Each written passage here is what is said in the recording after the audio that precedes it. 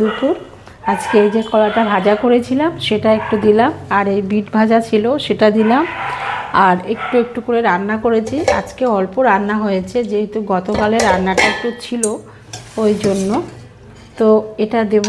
এই যে আমের টক করলাম, কারি পাতা দিয়ে আমের টক। এই সুন্দর করে একটা থালি সাজাবো আজকে ভেবেছি, তো তার জন্য আমি একটু এটা করলাম। আর একটু দেব পটল চিংড়ি,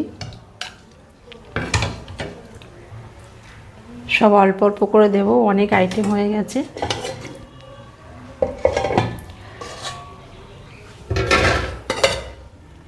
আর একটা ছিল এই যে ডাল, আম ডাল ছিল,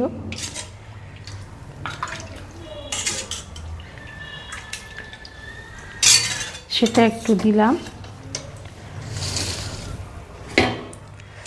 আর ছিল, আরও আছে,